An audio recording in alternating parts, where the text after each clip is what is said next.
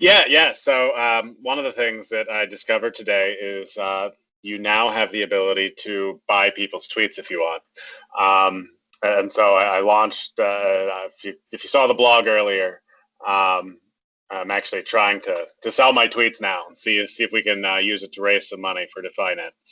Um, so maybe we could talk a little bit about what that means, because it was kind of astonishing to me that that's even a thing. But essentially what it is, there's a company that allows you to um, buy tweets and mint them on the blockchain. So it uses the Ethereum blockchain.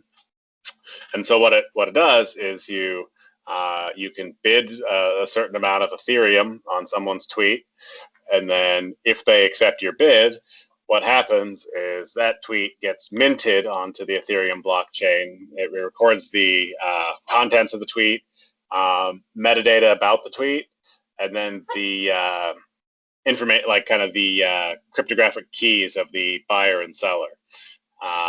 So it sounds like kind of a weird concept. Like, why would you buy something that's available for free on Twitter, right? Like, that makes no Yeah, sense. And in fact, actually, I was just talking to somebody about that. But the way they liken it to, it's like a signed baseball card or something, right? It's kind of that unique, one of a kind value. Right now, my tweets aren't worth anything. I don't have a ton of followers. Nobody knows who I am.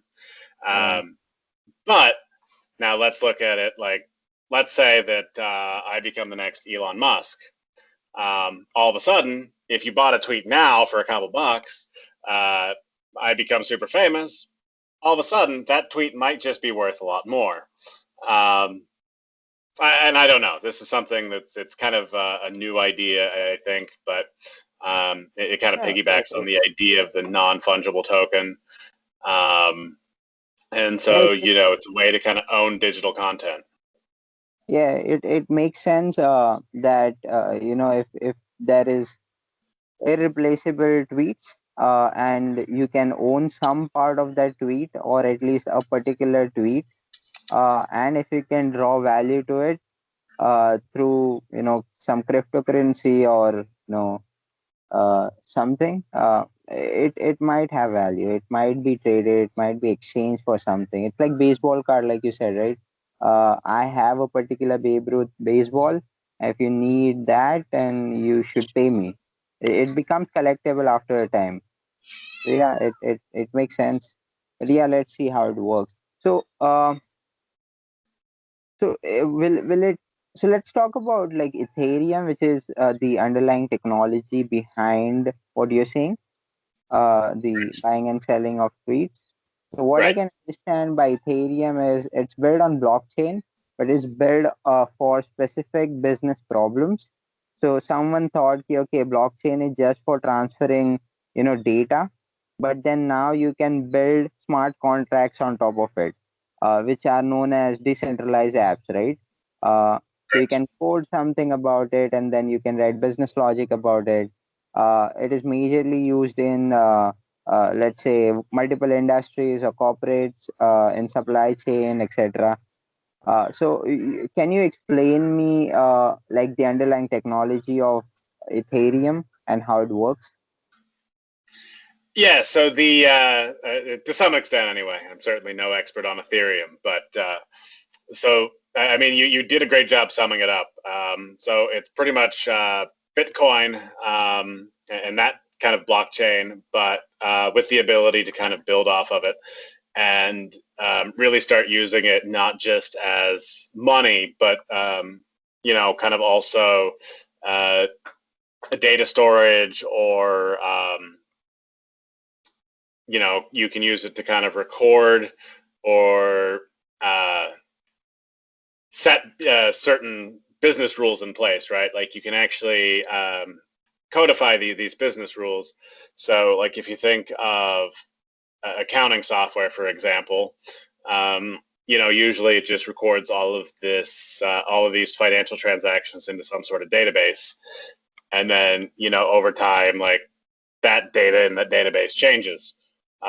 So putting that on blockchain, that data no longer, like, it tracks the record of financial transactions over time, and you can't modify it. So it's impossible to modify once it's set on the blockchain.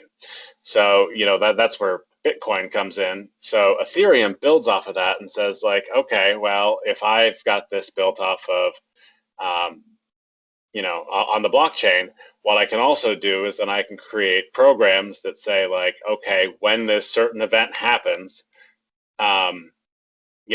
let's change the value of this data field. So in the case of like a monetary transaction, the event might be like, okay, well, I want to buy this tweet, let's say. And then what happens is the money gets put aside and it says, okay, well, here's the money that I'm going to spend on this tweet. And then the tweet is there. And once that gets accepted from the other side, that says, okay, that contract's been fulfilled. And, the money then changes hands from the buyer to the seller. And then the buyer gets the digital media, whatever it is, in this case, a tweet. So it actually allows for a bunch of pretty cool use cases, and I think we're just scratching the surface on what smart contracts can really do, because it's really the same as like all sorts of business contracts that are used every day. So it's just encoding all of those into actual code that gets run on the blockchain and creates a lot of different possible use cases. And then it actually builds on top of it a bit too, because unlike Bitcoin, where Bitcoin is Bitcoin, Ethereum actually has a couple different forms, right? So you've got kind of the Ether, which is if you buy Ethereum, you're given Ether. That's kind of the main cryptocurrency there. And then there's what's known as gas, which is the cost of the transactions on the Ethereum network.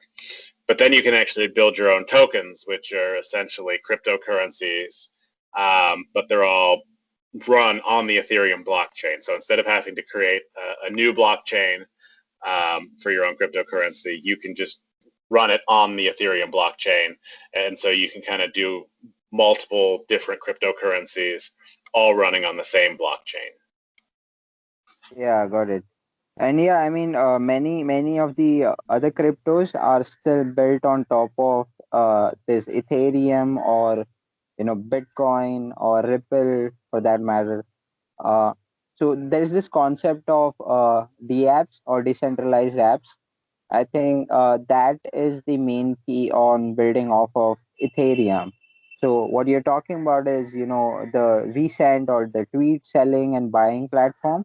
I think it's built on top of Ethereum, which makes it a decentralized application or a business logic or a smart contract, which is run for a particular use case, business use case, which is buying and selling tweets. Um, Right. and but the problem with Ethereum, like last time I was reading, I think I told you, like Hyperledger. So there is a distinction between Ethereum and Hyperledger, although they are the same things, used for the same business use case. But what happens with Ethereum is a public network. Everyone in that party, or anyone connected to the network, will have to share a shared ledger, and everyone will get notified about a particular transaction happening between you and me, right? Let's say there are 50 parties, 50 businesses on one network, and we both do the business of buying and selling, let's say cars. Okay. Uh, so what happens is, if I sell you for, let's say, $100,000 a particular car, it gets notified to every single supplier in that network.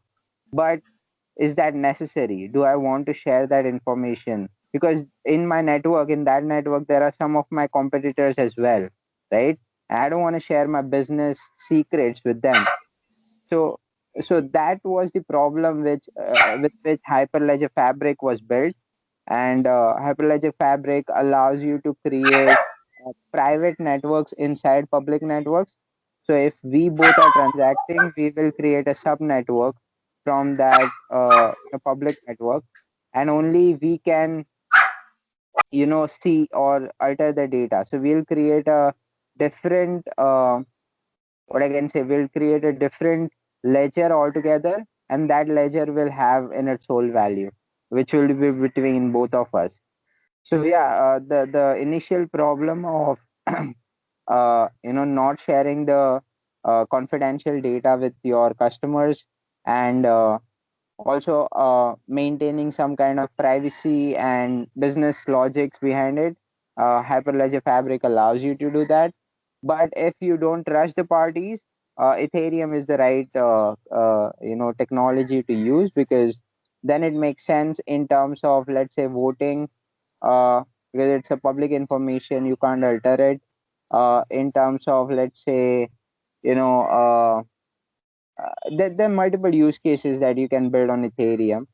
But yeah, for industrial or supply chain kind of functionality, you can use Hyperledger Fabric, which is an alternative. And there are a bunch of other technologies out there which are built for the same or multiple problems. So maybe Hyperledger Fabric may be having certain problems. So someone goes out like you and I, who can build our own crypto on top of these technologies with certain use cases on top of it. Right. And actually, so yeah, I was looking over that